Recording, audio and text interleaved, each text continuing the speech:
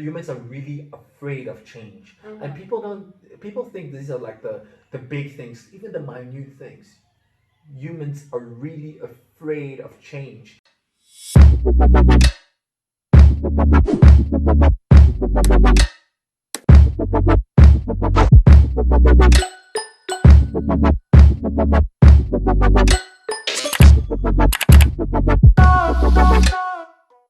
Hi guys, and welcome back to my YouTube channel Through the Lens. Today I am joined by my older brother Josh, and today's topic will be discussing relationships, so different aspects in relationships. So we hope you'll enjoy this. Stay tuned. Don't forget to subscribe if you're new to my channel, and like, comment, and share the channel. Let's go viral. So let's get started. Okay, first of all, we are both in our 20s, so this is like, in my opinion, this is very, very crucial times to establish yourself, to decide who your partner is going to be, and all of that. So, what is your take on relationships nowadays? In your 20s. Yeah. Okay, from my perspective, I'm single, right? And I believe I was put to be single in this type of stage in my life because it's a crucial stage in which you actually uh, groom yourself to Yeah. become the person you want to be in future. You develop all these habits that you need for your future. If you're not consistent with these habits now, once you're further in your life, you have too many responsibilities, too many things to deal with in order to actually get your life in check. So I believe in your 20s is a time where you can try out as many things as possible. Like go crazy in your 20s. In your 20s, just be free and explore yourself, explore the world, discover yourself, go for crappy jobs, go for real good jobs, discover who you are, build a nice base foundation that once you're older, you're able to know that you're able to be in a space where you're like, I've done it. Yeah. I know who I am. I'm not confused about who I am. I know my identity. I know what I want in life, and I understand the partner that I have right next to me knows the true me. Yeah. You don't want to get into a space where in the future where your partner is discovering you at the same time you're discovering you. You know, and it's not to say that you have a limitation on when to discover yourself, but in your 20s it's a very crucial time to just grasp that real good juice in order to do that. To be honest, that's what I found. And again, it does differ from person to person, and it does not necessarily need to happen in your 20s. But generally, I would recommend for it to happen in the 20s. True. Instead of it happening anytime later. Because you might just regret it later on. Hey? Yeah, later, there's a lot of responsibility that comes with later. That's my biggest thing. Like later, you've got family, you've got kids, you've got jobs. You have to eat. You're gonna have to find a way to consistently feed yourself much later. Whereas in your 20s, you still have that little bit of, hey mom, how you doing? Yeah, that's actually true. When you're 30, you don't want to be, hey mom, how you doing? You understand? And your wife will look at you in a very awkward way. Exactly. I think just after your 20s, you kind of, I generally I always motivate people to kind of like try to get everything right by the age of 25. Again, this is my opinion. It's not necessarily what needs to happen because everyone's got their own race period. You understand? Everyone has got their own timing. Everyone has their own time. So it's not that you necessarily need to be done and everything needs to be set in your 20s, right? But I try to like motivate people like keep working on discovering yourself and doing the best thing possible during your 20s. By 25, be like, okay, this is where I want to be, and then work on that continuously. So, as we all know that the whole hashtag Black Lives Matter has been going on for a couple of days now, and it's a very shaky moment for Black people right now because we've gone through so much, and now we're just trying to not even bring awareness, but bring our issues to light, so that people can finally understand that hey, this and this is going on in our lives, and this has been going on for so long, and at some point it needs to stop. So, bringing that into our conversation of relationship, I wanted to go into different races dating. How do you feel about dating a different race, and do you think that it brings some form of backlash, like it comes with some form of backlash when you date another race? And how would your family, well, our family basically feel about that? So what I found really, really intriguing about dating other races, because I do it often. My sister would, All the time. I do it quite often. Um, I'm a person that loves discovering. I'm a person that loves learning. Yeah. I leave my mind open to discovery and understand other cultures. And I find it really beautiful when you're not confined within your space, but you're trying to continuously grow to understand what different spaces need. It Mm-hmm. helps you become an even better leader in future. It helps you become a better person to the person right next to you in Yeah. future. Understand their struggle, understand whatever they go through as well. So what I found really, really interesting is people's perspective on life and people's perspective on why you're dating that specific different race, right? A good friend of mine, Tina, once posted a deep message on her Instagram, and she was talking. It was a message about a black guy that was dating a white girl, Mm-hmm. and I have felt this before, and I felt it countless times as well. Whenever a black guy, Yeah. I'm not too sure, I can't speak for a black woman, but I'm talking from a black guy perspective. Whenever a black guy would go and date a white girl, or a black guy would date someone outside of the black race, Mm-hmm. they're almost frowned upon. When a black woman will frown upon that, like, why would you go and date another race when you got a black woman in front of you and stuff? You know, why would you do that? They're almost frowned upon and be like, why would you do that? Do you not love your race? Yeah. You understand? They judging you. So it's no longer a thing where you genuinely loved the person, you Mm-hmm. genuinely liked the person. It wasn't a thing about race, but you just found the person really attractive. Because another thing is, it might be a preference thing.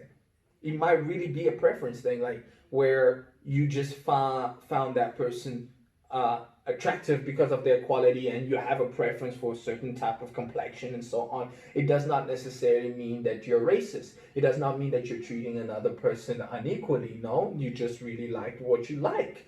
Some people love ass, some people love boobs. You understand? So Mm-hmm. it's a preference type of thing. Some people love short hair, some people love long hair. It's a preference type of thing. So a black woman would tend that this is what I've experienced. A black woman will come to a black man and ask him, why are you dating the white race? Why are you not dating a black? I'm like, no, this is what I prefer. I really like her. This is what I love. You understand? This person came and meet me on the road, and I found them attractive. You Yeah. understand? So it's a preference thing, and people tend to look at you on the outside as if either you're being racist, you don't love your own race, that's one, or two, or you think you're better than them. Yeah. I've had that so many times where like, or you think you're better than us and all that. I'm like, what does that, how did I put my, I did not. No, I do not think I'm better than you. In fact, I think we're all great, you understand? I just like what I like. That's all it is. Like, some people love cheese, some people don't love cheese. Can I not have my cheese if I like cheese? You understand? So it becomes a little bit of that. So there's definitely the whole case of oh no, you don't like your own race, or the other one is, oh no, you think you're better than us, and then there's a third one, which is really amazing. People will praise you. Yeah, for dating another race. They'll be like, man, this man has made it in life. I'm like, what do you mean I've made it in life? Just because I dated another race? Yeah. I'm like, it's really astonishing. You're like, what? How the hell did we come to this point? No. It does not make you better than another person. You've not made it in life because you're dating another race. No, no, no, no, no, no. You made it in life once you've achieved your vision, your goal. That's making it in life. That's you're making it in life. You have the only way you can make it in life is a personal thing. You understand? It's not something that a person can see from the outside. Making it in life is a personal thing, right? So those three things always tend to shape me whenever I date the opposite race, right, or the other race, right, and I've never fixated my mind on that. That's why I keep the right people around my circle, and I don't care about anyone else who speaks from the outside. Because continuously, if you keep hearing that, you kind of make your decisions not in the way that your heart feels, but you kind of make your decisions upon whoever says what. So those are the things that I really found interesting from the outside. On the inside, though, when you're dating another race, you get to actually see their culture, and it is beautiful to understand a different culture, and it is even more lovely for them to accept your culture as well, and just how you guys can mash it together and actually dissect what is good from each culture, because there are bad things from each culture as well. Dissect what is good from each culture and then form yourself a new culture together. It just it shows a sense of unity from completely different cultures. It shows that you're willing to come together and form something new together. You know, the Bible speaks. I'm speaking of the Bible because I'm a Christian. The Bible speaks about Jesus making things new, right? It says, "Behold, I'm making something new," right? And I continuously believe that something new is not going to be necessarily what we're used to. You understand? And continuously be confined in our own culture is something that we're continuously used to. You understand? It's what we know, right? Where the white race has white ways of doing things, where the black race has black ways of doing things. What if we found a way that we can both nitpick what is good in a black culture and nitpick what's good in a white culture and merge that and make something new, something more beautiful, something that, yes, in future might also get dissected, because there might be some bad things that we injected we did not perceive that was going to be bad. But what if we were to make something really beautiful, really new in future? So it was really interesting to see. A woman from another culture, right, coming to my culture and me going into her culture, and us just loving each other and forming something much bigger. I actually really wish that that could be a thing for everyone, Yeah. because for me, it's like it goes back to the person's mentality, because we have this whole thing of not only black and white hating on each other, but also black and black hating on each other, which is really sad to watch, you know. But then when I look at my own family and I can see how mixed we are, but how we can all understand each other, we can all respect each other's culture, you know, we can all get along, it shows a beautiful thing, because I think the most important thing is to have God in the center of it all, especially like in all different types of relationships, whether it's your friendships, colleagues, or whatnot. If you have God in the middle, then definitely everything can work out, you know. And in our family, we really put God first before everything else. Whether you're black, whether you're white, whether you are Italian, Belgian, colored, whatever. Because we have God in the center of it all. We can all get along and we can all understand each other. So there's really nothing wrong with dating another race, you know. As long as you both have that mentality of, because I'm black doesn't mean that I'm of a lower class than you. You get me? Like we need to treat each other equally for us to get along. And I think it also comes in the same role as just gender in general, men and women, you know. There's this thing of, no, because you're a man you need to do ABC, and because I'm a woman I need to do DEF and so forth, you know. I feel like we can all be equal to some extent. Absolutely. And we all need to put respect on each other in order to get along. Okay, so let's go into conversation a bit about PDA and long distance relationships. Do you think long distance relationships can actually survive?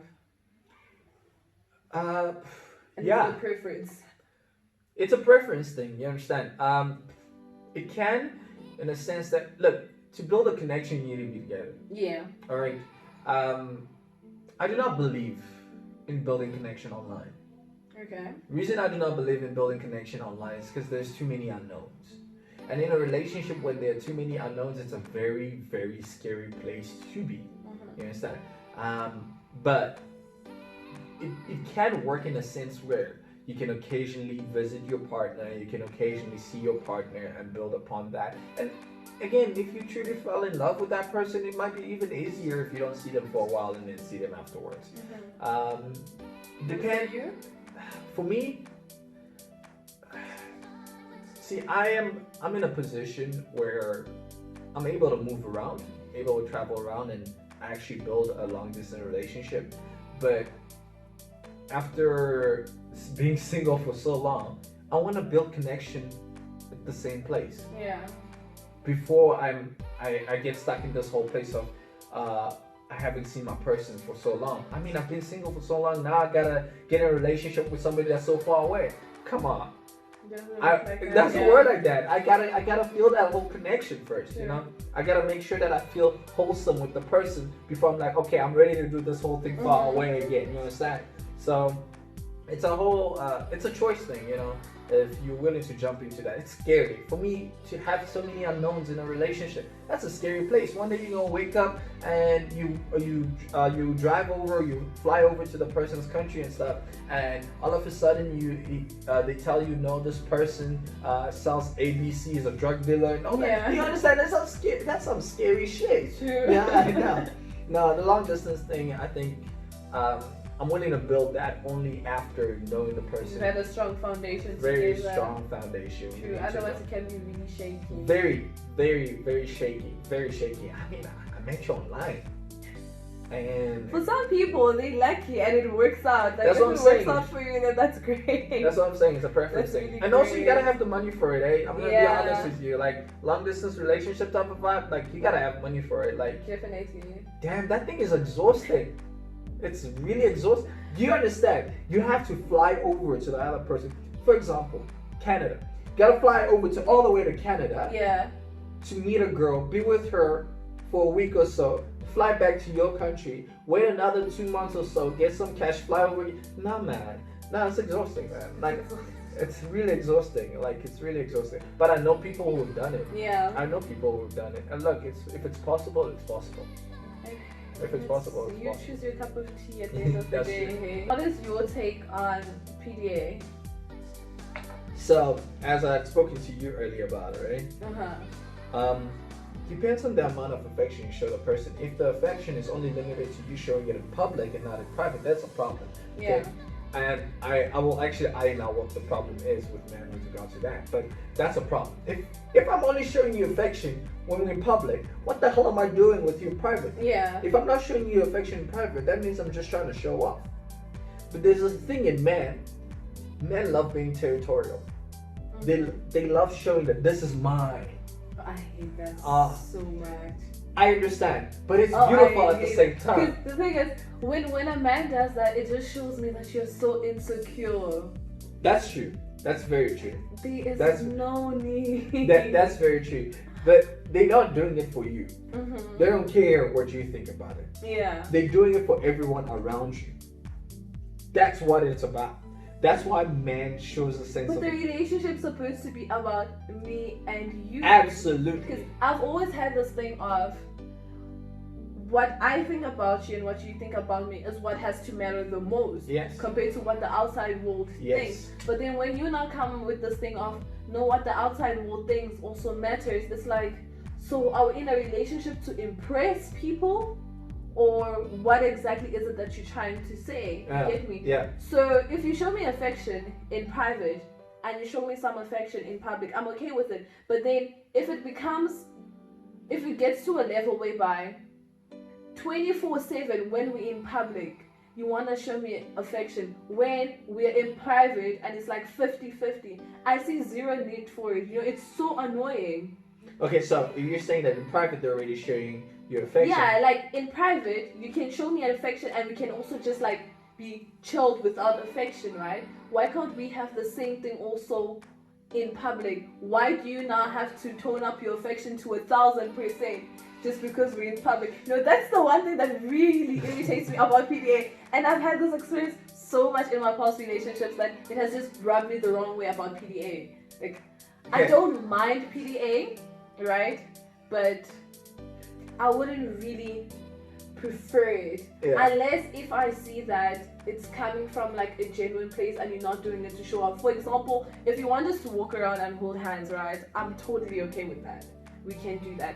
If you're dropping me off at my place, you kiss me in public as a goodbye, I'm okay with that. Okay. But then if it now becomes a thing of, let's say we are chilling with your friends and stuff, and every 2 seconds you're touching me. Why are you touching me? When we're in private, we can be chilling together. 1 minute you touch me, 1 minute you're on your own. Like, relax, be yourself. That's what I'm saying. Don't show that you own me. And they tend to do this a lot around their own friends, exactly. right? It makes me feel as if you think you own me and you don't. And that's exactly what they're trying to put across, not to you, but to their friends. To and their that is friends. my problem. Do that in private with me. No, let me. So that I know it's like a thing that is actually genuine with you. You get me? Don't no, all of a sudden switch up. Now No. I gotta show my friends that this is my girl. I got her. You know, your niggas can't touch her. Nah, fuck out of here with that No, shit. see, the Nah, thing is, it depends on person to person, right? Mhm. But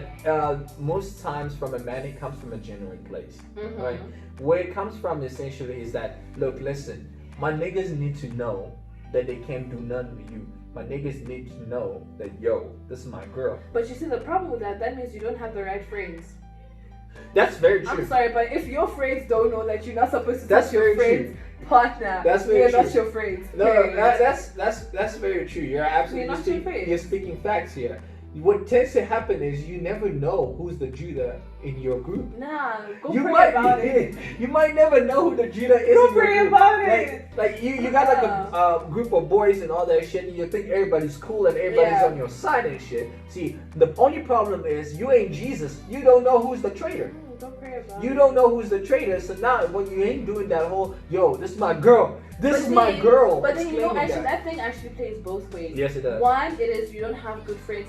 Two, your partner isn't completely the way it Absolutely. was with Absolutely. you. Because you can have one of your homeboys hitting on your girl, Yeah. but then your girl can be like, nah, Yeah. you know, I'm not for Facts. that. So Facts. it plays both ways. Like there is no reason for you to be so insecure.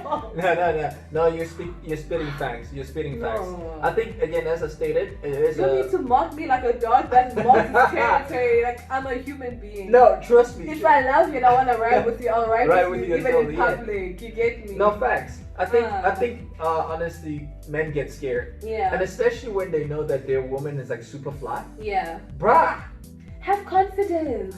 Oh. Have Oh confidence. man, like you know what I've realized, what I've noticed quite a lot, Yeah. especially here in SA, a lot of men don't got that. They get scared, Mhm. man. Look, let me put it this way, right? If they have confidence in everything, they got you, and they know that you're the flyest chick ever, but they know their boy, like one of their boys is a model, my nigga, best believe they're gonna be overprotective over your ass to make sure that that model that looks attractive, more attractive than they are, Yeah. that they don't get to slide in. They're gonna make sure. They're gonna make sure that that nigga doesn't even get to say a single word.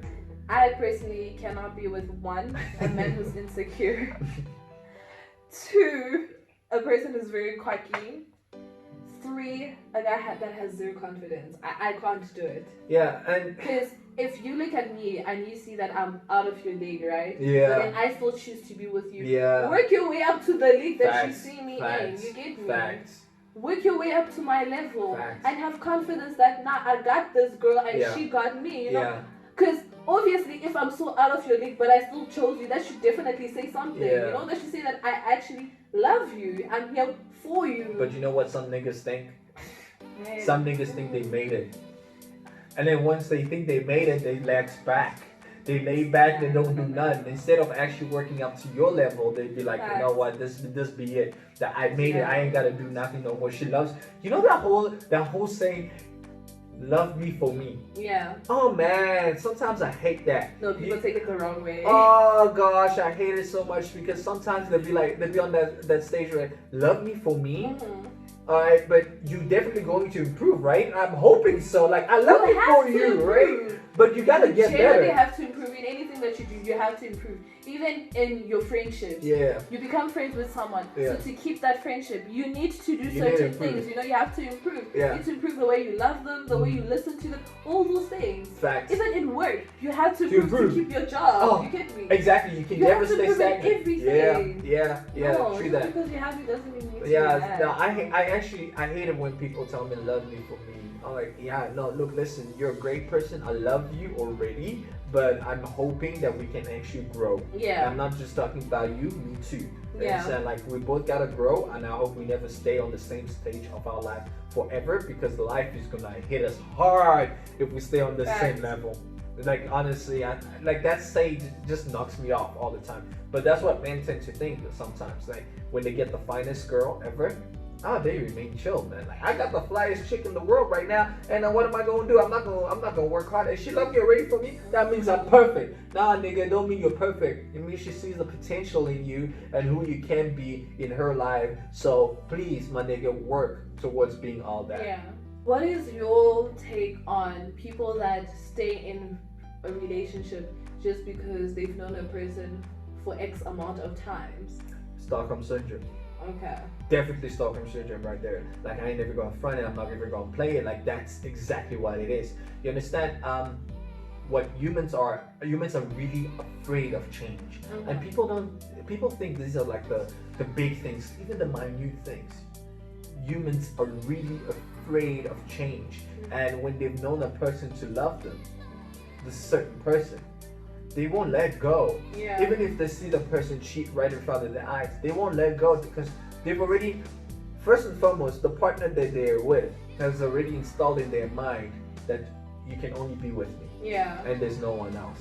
The partner that they're with has already installed in their mind that, look, listen, you're worth nothing else but me. Like, it's that whole saying that I cannot do life without you. Yeah. That thing traps people. Like, It really traps people. And a lot of people that are really sympathetic, Yeah. when you come up to them and tell them, I cannot do life without you, right? A Yeah. lot of women are very sympathetic.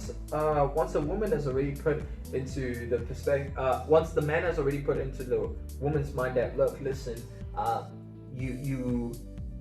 I can't live without you, and I need you, and he's crying in front of the woman, all that. Oh, Man, it is so beautiful. I like it. You speak about it like that. That nigga was playing you the whole time.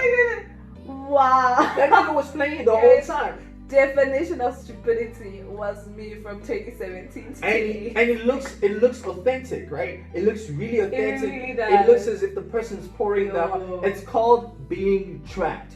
A real man will definitely not do shit in front of you and then come back to tell you that, look, listen, I am actually going through a lot. Nah.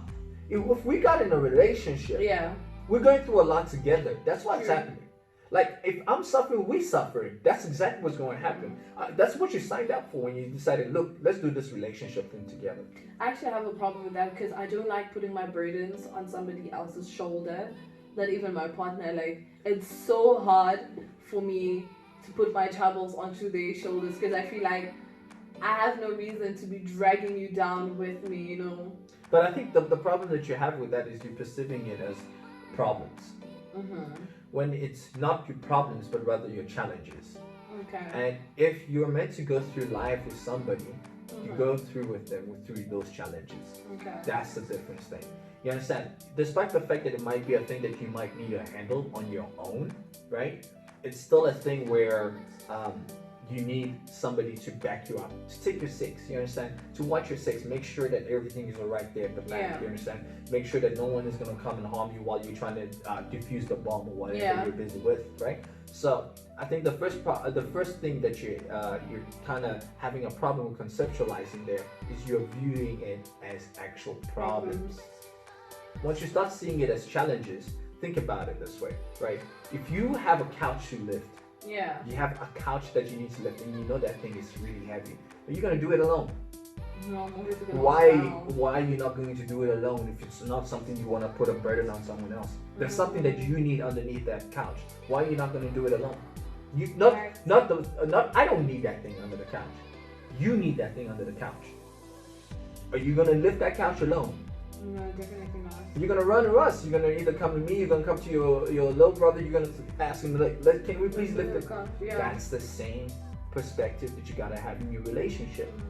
Because the more you try to exclude a person in your so perceived problems, the more the person feels less valuable in your life. True. Like, the person will feel as if, I'm not actually here to add value. I'm here for your fun moments. I'm not here for your challenges, your tough moments, your downtime. I'm here for the smiles only. And when the person starts to see that that's all they're there for, a true person, a person that really wants to be part of your life, when they start to see that that's all they're there for, they really don't want to continue with the relationship.